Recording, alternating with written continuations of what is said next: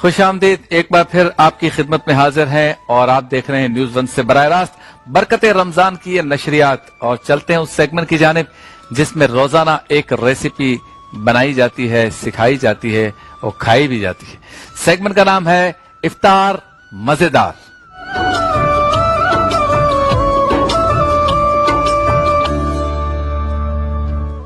Chef معراج ہمارے ساتھ موجود ہیں، روزانہ مزے مزے کے کھانے بناتے ہیں، بنانا سکھاتے ہیں۔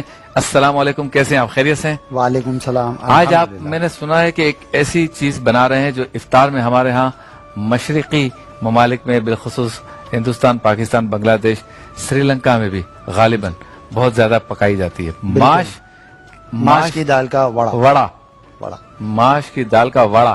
اس میں جو ڑے اس پہ زور ہے تاکہ ورا نہ ہو جائے، ورا نہیں ہو جائے، وڑا ہو جائے۔ وڑا رہے وڑا جی بالکل۔ اور دوسرا آپ کو جوس بھی بنا رہے تھے جی میں پیچ کا جو ہے شیک بنا رہا ہوں۔ اچھا، آڑو کا۔ مجھے ایک بات کبھی بھی سمجھ میں نہیں آتی شاہ صاحب کہ جب موسم نہیں ہوتا پھر بھی وہ والا جوس مارکیٹ سے جو ملتا ہے وہ کیسے ملتا ہے؟ اس کا طریقہ یہ ہوتا ہے کہ اسٹور کرتے ہیں، اسٹور کر لیتے ہیں، فریز کر لیتے ہیں۔ لذت ایسی رہتی ہے؟ نہیں رہتی ہے، کیونکہ اس کا جو پلپ ہے نا، ایکچولی جیسے کوئی بھی چیز ہے، جیسے چیکو ہے یا آڑو ہے، اس کو چھلکا آپ اتار لیں، گٹھلی نکال لیں، اور جو صرف پلپ ہے اس کو ایز اٹ از اسی وقت جو ہے تھیلی میں ریپ کر کے، اور وہ ریپنگ ایسی ہونی چاہیے کہ ایئر نکل آئے اس میں سے۔ اچھا، ہاں، ویکیوم کر کے اس کو ریپ کر کے فریز کر دیں۔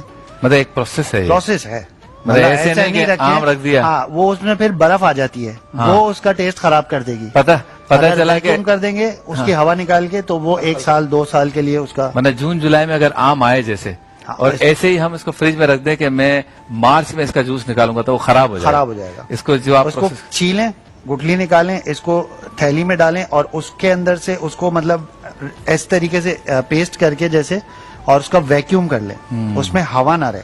ہوا رہے گی تو وہ اس میں برف جم جائے گی، ہوا نکل جائے گی تو وہ ایز اٹ از فروزن ہو جائے گا۔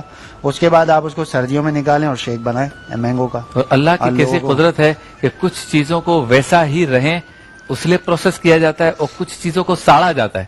جیسے اچار کو وہ چاہتے ہیں کہ ایسا ہو جائے وہ مٹکی میں جا کے جب باہر نکلے تو مرا ہوا ہو، اس کی ہر چیز مری ہوئی ہو تو اس کا ٹیسٹ ہے۔ دہی کو خراب کیا جاتا ہے ایک طرح سے، اس طرح دودھ کو جلا کے چیزیں بنائی جاتی ہیں۔ یعنی کچھ چیزوں کو صحیح رکھنے کے لیے محنت کرو اور کچھ چیزوں کو خراب کرنے کے لیے پروسیس میں لے جاؤ۔ پنیر بنتا ہے دودھ پھاڑ کے، دیکھیں آپ، دودھ کو پھاڑا جاتا ہے، پنیر اس سے انسان کی عقل پھٹ جاتی ہے۔ انسان ہر جگہ پہنچ گیا ہے، پتہ نہیں کیا کیا کر رہا ہے، سمجھ میں نہیں آ رہا۔ انسان، اے انسان سدھر جا یار، اگر دیکھ رہا ہے ہمارا پروگرام تو سدھر جا، کوئی ایسے حرکتیں نہ کر رہے ہیں۔ اپنے آپ سے کہہ رہا ہوں کیونکہ ہم سارے یقیناً اپنے آپ سے باتیں کرنی چاہیے، کوئی ایسی بات نہیں۔ اور زیادہ تر جو ہمارے تصوف کے لوگ ہیں وہ یہی بتاتے ہیں کہ اگر آدھی رات کو اٹھ کے آپ اپنے آپ سے باتیں کریں اور پھر رب سے باتیں کریں، پھر اپنے آپ سے بات کریں، کتنا گناہ گار، پھر رب سے بات کریں تو معاف کرے گا۔ بظاہر تو یہ بات سمجھ میں نہیں آتی، لیکن تصوف کی دنیا تو ایسی ہے بھائی، اگر تصوف کی دنیا سمجھ میں آ جاتی ہو تو پھر صوفی نہ رہے، اور اتنی آسانی سے سمجھ آ جاتی ہو تو پھر معاشرے میں ان صوفیوں کا اعلیٰ مقام نہ ملے۔ وہ پہلے خود اپنے آپ کو مارتے ہیں اور پھر امت کی اصلاح کرتے ہیں۔ شاہ صاحب ذرا صوفیوں کے بارے میں بتائیں۔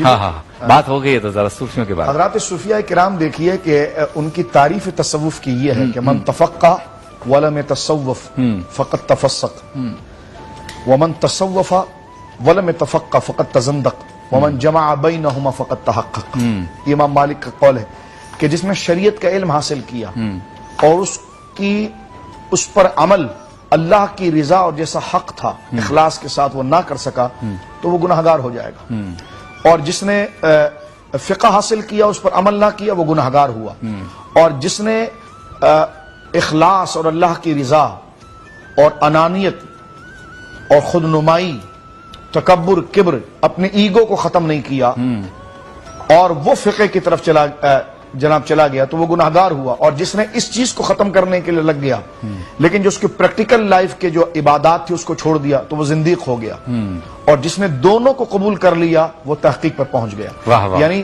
ظاہری طور پر جو عبادات ہیں وہ بھی بجا لایا نماز، روزہ، زکوٰۃ کے ساتھ، اور باطنی جو اسی درجے کے فرض ہیں، سچ ہے، عاجزی ہے، انکساری ہے، تواضع ہے، دوسرے کو اپنے پر ترجیح دینا، ایثار ہے، یہ اس درجے کے جس نے ان دونوں فرضوں کو پکڑ لیا وہ کامل ہو گیا۔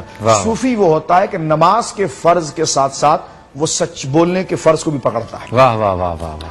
وہ روزے کی فرضیت کے ساتھ ساتھ تواضع، انکساری، خیر خواہی، شفقت، مہربانی، مہمان نوازی، دوسرے کو ترجیح دینا، دوسرے کی ضرورت میں کام آنا، جو اس درجے کا فرض ہے اس کو بھی پکڑتا ہے۔ جہاں پر وہ شراب پینا اور غلط کام کرنے کو وہ حرام یقین کرتے ہوئے اپنے ظاہر سے چھوڑ دیتا ہے، اسی طرح اپنے باطن کے اندر جو حرام کام ہے، جھوٹ ہے، غیبت ہے، حسد ہے، دھوکہ ہے، لالچ ہے، کسی پر گویا کہ سبقت لے جانا اور کسی کو حقیر اور ذلیل سمجھنا، تو ظاہر کے بھی حرام کاموں کو چھوڑتا ہے اور باطن کے تقاضوں کے جو اخلاق کے اندر حرام کام ہے اس کو چھوڑتا ہے، جو ظاہر کے اچھے اور فرائض کام ہے اس کو بھی پکڑتا ہے، اور جو باطن کے جو اخلاق کے اہم کام ہے اس کو بھی پکڑتا ہے۔ تو ان چیزوں کے ساتھ جو محنت اور مشقت کر کے اپنے آپ کو پریکٹس اور ایکسرسائز کے ذریعے سچ بولنے کی ایکسرسائز کر، کبھی حالات اس کے لیے خراب بن جاتے ہیں، کبھی حالات ایسے نہیں ہوتے کہ وہ اس کی ترجمانی کر سکے، لیکن پھر بھی وہ اپنی انا، اپنی مرضی کو پیچھے کر کے اخلاق کو کھڑا کرتا ہے، ایٹیٹیوڈ کو گرنے نہیں دیتا ہے، مینرز کو گرنے نہیں دیتا ہے۔ تو جو اس معاملے میں پختہ ہوتا ہے نا، تو جو آپ کہہ رہے ہیں خود کو مارنا، تو خود کو مارنے سے مراد یہ ہے کہ خود کے اندر کی جو خودی ہے، جو خود نمائی ہے، اس کو وہ پیچھے کرتا ہے، اور اللہ کے جو پسندیدہ کام ہے کہ مظلوم کے لیے آگے بڑھ جاؤ، غریبوں کے لیے آگے بڑھ جاؤ، لوگوں کے لیے خیر خواہی سمجھو، یہاں تک کہ اس درجے میں آ جاؤ کہ راستے میں تم جا رہے ہو، تمہارا راستہ تو صاف ہے لیکن قریب میں اگر کوئی ایسی تکلیف دہ چیز موجود ہے کہ اس سے کوئی بندہ متاثر ہو سکتا ہے تو تم اس کو ہٹاؤ، اور تاکہ وہ راستہ صاف ہو جائے۔ تو اس قدر انسانیت کی خیر خواہی کے حوالے سے وہ آگے بڑھتا ہے اور اپنے سکون کو اس سکون کے اندر رکھتا ہے۔ تو یہ اس مارنے سے ترجیح ہے ٹھنڈے کیوں ہوتے کہ ہیں بری خواہشہ جی تصوف والے روحانی لوگ، صوفی مزاج کے ٹھنڈے، گفتگو کے میٹھے کیوں ہوتے ہیں؟ وہ اس وجہ سے کہ وہ بری خواہشات کے اوپر کنٹرول حاصل کر جاتے ہیں۔ مجھے آپ پر غصہ اس لیے آئے گا کہ میں اپنے ایگو میں ہوں، میرے نزدیک آپ کی عزت اور قدر و شان کوئی حیثیت نہیں۔ وہ ٹھنڈے ہوتے اس لیے کہ وہ سب سے پہلے جب بندے کو دیکھتے ہیں تو وہ اللہ کے بندے کی نظر سے دیکھتے ہیں کہ یہ ہے تو اللہ کے بندے، واہ واہ واہ، اور مشکل کام ہے یہ اللہ رب العالمین کے بندے ہیں اور اللہ نے ان کو پیدا کیا ہے اور اللہ ان سے محبت کرتا ہے۔ تو جب اللہ ان سے محبت کرتا ہے تو میں ان سے محبت کیوں نہ کروں، ان کی ضرورت کو کیوں نہ پورا کروں۔ حضرت سرکار غریب نواز کو دیکھیں، ان کو غریب نواز کہا ہی ان کی سخاوت کے لیے کہا گیا کہ ان کے آستانے سے کوئی بھوکا جاتا نہیں تھا۔ آج بھی آپ دیکھیں مشائخ کے مزار آستانوں پر لنگر خانہ لگا ہوتا ہے کہ آپ، بلکہ مجھے داتا صاحب رضی اللہ کے دربار شریف کے وہاں ایک بڑے عظیم آدمی ملے، انہوں نے کہا میں نے اتنے سال لاہور میں کام کیا کبھی جیب سے کھایا ہی نہیں۔ انہوں نے کہا جب گیا داتا صاحب کے دربار پر ہی کھایا۔ یعنی آپ لنگر خانے پر اگر آپ دیکھیں تو یعنی اتنی بڑی سوشل ایکٹیویٹی آپ کو کہیں نظر نہیں آئی جو پوری دنیا میں جو مزارات پر آپ کو نظر آئے گی۔ حضرت داتا صاحب جو پاکستان کی تقسیم ہوئی تھی، آپ تاریخ پاکستان کو دیکھیے، سب سے بڑے کیمپ لاہور میں جب لگے، ان کے لیے کھانے اور خوراک کا انتظام داتا صاحب کے لنگر ہی سے ہوتا تھا۔ آج بھی آپ دیکھیں تو یہ مزارات ہیں۔ تو صوفیہ کے جانے کے بعد بھی اللہ رب العالمین نے ان کے وہ کام خلق خدا کے لیے نرمی، ان کے کام آنا ان کو ایسا زندہ رکھا ہے کہ آج بھی ان کی مزارات یادگار ہیں۔ وہ گویا کہ بے سہاروں کا ٹھکانہ ہے، وہاں پر ان کو رہنے کے مسافر خانے بھی ہیں، جگہیں بھی مل جاتی ہے، خدا ترس لوگ آ کر وہاں پر مسافر خانے بنا دیتے ہیں، لنگر کا انتظام کرتے ہیں، اور آپ جو کھانا چاہیں یہاں پر یہ کھانا بھی ملے گا، ادھر بھی ملے گا۔ نہ وہ جانتا ہے کہ جناب آپ کون ہیں، نہ آپ جانتے وہ کون ہیں، وہ اللہ کی رضا کے لیے کھلاتے رہتے ہیں۔ تو یہ خلق خدا کے ساتھ شفقت و مہربانی جو اللہ رب العالمین کو پسند ہے، جس کو سرکار نے فرمایا تھا کہ اطعموا الطعام، کہ تم غریبوں کو کھانا کھلاؤ۔ تو حضرت عبداللہ بن سلام یہودی تھے، اور یہودی کے کبار علماء میں سے، جب انہوں نے سرکار کا یہ خطبہ سنا کہ سرکار علیہ السلام مدینہ منورہ کے اندر آ کر سرکار نے یہ خطبہ دیا کہ افشوا السلام، سلامتی کو عام کرو، امن کو عام کرو، محبت کو عام کرو، سلام میں پہل کرو، وَأَطْعِمُوا الطَّعَامَ، اور بھوکوں کو کھانا کھلاؤ۔ تو وہ کہنے لگے میں نے کلمہ اس لیے پڑھ دیا کہ یہ بات اتنی خیر خواہی اور خلق خدا کے لیے اتنی نرمی اور مہربانی کی بات خدا کے نبی کے علاوہ کوئی نہیں کر سکتا، جس کے دل کو اللہ رب العالمین کالے گورے کے فرق سے ختم کر کے انسانیت کے جذبے کے لیے اٹھاتا ہے۔ کیا بات ہے، سبحان اللہ، ماشاءاللہ۔ تو ایسا ہوتا ہے صوفی، ماشاءاللہ۔ چلیں جی جلدی 30 سیکنڈ میں بتانا ہے، 30 سیکنڈ میں بتانا ہے، بالکل۔ دکھائیے۔ یہ دیکھیں اس میں 2 قسم کے آٹے، 2 قسم کے آٹے، ایک ماش کا آٹا ہے، ماش کا اور آٹا، ایک چاول کا آٹا ہے۔ چاول کا آٹا ایکول کوانٹٹی میں لے لیا ہم نے، ٹھیک ہے۔ اور اس میں ہم نے 1 ٹی اسپون ڈال دیا زیرہ اور دھنیا کا پاؤڈر، زیرہ دھنیا، آدھا چمچی اس میں ڈالیں گے نمک، اور کٹی ہوئی مرچیں کٹی ہوئی 1 چمچی، چاٹ مسالہ آدھا چمچی، اور کھانے کا سوڈا یا آدھا سوڈا، کھانے کا سوڈا آدھا چمچی، ماشاء ماشاءاللہ۔ اور اس کے علاوہ اس میں جو سبزی ڈلے گی اچھا سبزیاں بھی جائیں گی؟ جی بالکل. دھنیا دھنیا، چاپ ہوا ہوا، ہری مرچیں ہری chop ہوئی مرچیں، ہوئی، اور پیاز پیاز تھوڑی سی چاپ ہوئی ہوئی، اور ادرک. ادرک کی مقدار ماشاء زیادہ ہے اللہ. کیونکہ ماش آپ کو پتا ہے ہضم ہونے میں تھوڑا سا دقت کرتی ہے. اچھا، تو اس لیے ادرک زیادہ رکھی ادرک جاتی اس لیے ضروری ہے کہ ماش ماش جو ہے ہضم ہونے میں دقت کرتی ہے، ہے. بالکل. تو اس لیے اس میں ادرک جو ہے ڈالا نا جاتا اس میں ہے. لازمی ڈالیں. پتے کی بات ہے ویسے بھی. اور اس کو جو ہے اب ہم جی بالکل اس کو گاڑا گاڑا پیسٹ بنا لیں گے، پھر ہم بنائیں گے تو پھر دکھاتے ٹھیک رہیں گے ہے، اس کو. چلتے ہیں بریک کی جانب. بریک کے بعد ہوتی ہے آپ سے دوبارہ ملاقات.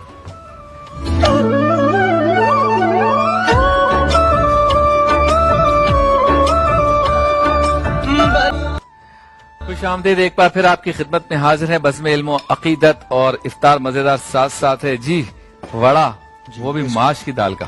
اس کو ہم نے مکس کر لیا ہے اچھی مکس کر طرح لیا. سے. جی بالکل. ماش اب اس طرح سے یوں کر کے اس کو ہاں بالکل اس کو گول گول بنا کے اور اٹھنی سے کچھ بڑا، ہاں چھوٹے چھوٹے اس طرح، اٹھنی سے بڑا نہیں، تھوڑا چمچے کے برابر، چمچے کے برابر چمچے کے برابر کر کے اس کو تل لیں گے. اس کو تل لیں گے. ٹھیک ہے. ابھی میں تلتا رہوں گا، دیکھتے رہیں گے. ٹھیک ہے، دیکھتے رہیے اور سنیں آپ علامہ نثار اجاگر صاحب کی گفتگو والدین کے حقوق کے بارے میں. جی اجاگر صاحب. بسم اللہ الرحمن الرحیم. دیکھیں قرآن پاک میں اللہ تعالیٰ ارشاد فرماتا ہے اور یہ دعا ہے کہ رب ارحمہما کما ربیانی صغیرہ. اے رب ہمارے ماں باپ پر رحم فرما کہ جس طرح چھٹپن میں بچپن میں انہیں ہمیں پالا ہے ایسے ہی تو ان پر کرم فرما دے. آپ دیکھیں کہ والدین واقعی ایک ایسی چیز کا نام ہے کہ جو اپنے والدین سے ایسی محبت کرتے ہیں کہ اپنا تن من دھن جسم جان طاقت توانائی ہر چیز بچوں کے لیے صرف کر دیتے ہیں. صحیح. شاہ صاحب بات مجھے بڑی اچھی لگتی ہے. فرماتے ہیں کہ بچہ جب چھوٹا ہوتا ہے نا ایک سوال 10 مرتبہ کرتا ہے، باپ 10 مرتبہ مسکرا کر جواب دیتا ہے. اور یہی باپ جب بوڑھا ہو جاتا ہے تو بیٹا 2 مرتبہ بتانا بھی پسند نہیں کرتا کہ تمہیں نہیں پتا چلے گا. میں سمجھتا ہوں کہ جب ماں باپ بوڑھے ہو جائے نا وہ اسی وقت مر جاتے ہیں کہ جب بچے اپنے فیصلے خود کرنا شروع کر دیں. اللہ اللہ. کاروباری، شادی کے، دیگر معاملات کے. اور عام جملہ کہتے ہیں کہ بس تمہیں نہیں معلوم، نئی صدی کے تقاضے آپ نہیں جانتے، آپ پرانے دور کے لوگ ہیں. صحیح. اور بسا اوقات میں نے ایسے دیکھا ہے کہ ایسی اولاد بھی ہوتی ہے معاذ اللہ، وہ کہتے ہیں بچپن میں ہمیں کیا دیا انہوں نے، ہمارے لیے کیا بنایا ہے، ہمارے لیے کیا کام کیا ہے. صحیح. یعنی وہ سارے احسانات بھول جاتی ہے. یہ کیا خود بخود یہ بچے بچپن سے لے کر جوان ہو سکتا ہے، یہ تعلیم حاصل کر سکتا ہے. اللہ. اگر انسان کا بچہ اتنا کمزور ہوتا ہے، اگر پیدا ہوتے ہی اس کو سنبھالا نہ جائے تو یہ مر جائے.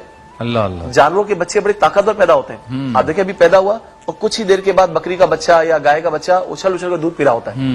لیکن انسان کے بچے میں یہ توانائی بھی نہیں ہوتی. تو اتنا کمزور بچہ پیدا ہوا ہے. کیا بات. خلق الانسان ضعیفا. تو اتنا ضعیف اور کمزور پیدا ہوا ہے مگر اس کا تکبر ختم نہیں ہوتا، اس کی ایگو ختم نہیں ہوتی.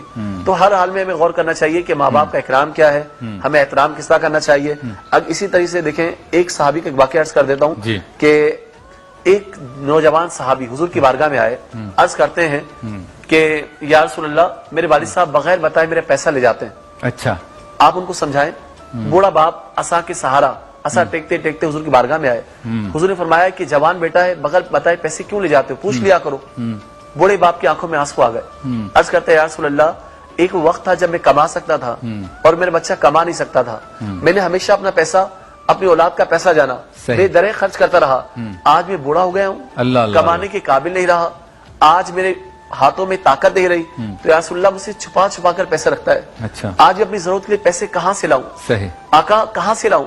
تو حضور کی آنکھوں سے آنسو گرنے لگے، چشمان اقدس سے آنسو گرنے لگے. حضور نے روتے ہوئے ارشاد فرمایا جوان صحابی کو دیکھ کر انت و مالک لابیک، اے نوجوان تو اور تیرا سارا مال تیرے باپ کے لیے ہے. اللہ اللہ. تو اس لیے جب آپ جوان ہو جائیں طاقتور ہو جائیں تو اپنے بوڑھے ماں باپ کو نہ چھوڑیں، بلکہ قدر کریں احترام کریں، یہی آپ کی نجات کے لیے ضروری ہے. سبحان اللہ ماشاءاللہ. ہمارے ساتھ ٹیلی فون لائن پر ہے ہمارے بہت ہی پیارے دوست اور بڑا سوشل کام کرتے ہیں، بلکہ پاکستان میں سب سے بڑا سوشل کام کرتے ہیں. ان کے والد نے تو کمال کر دیا.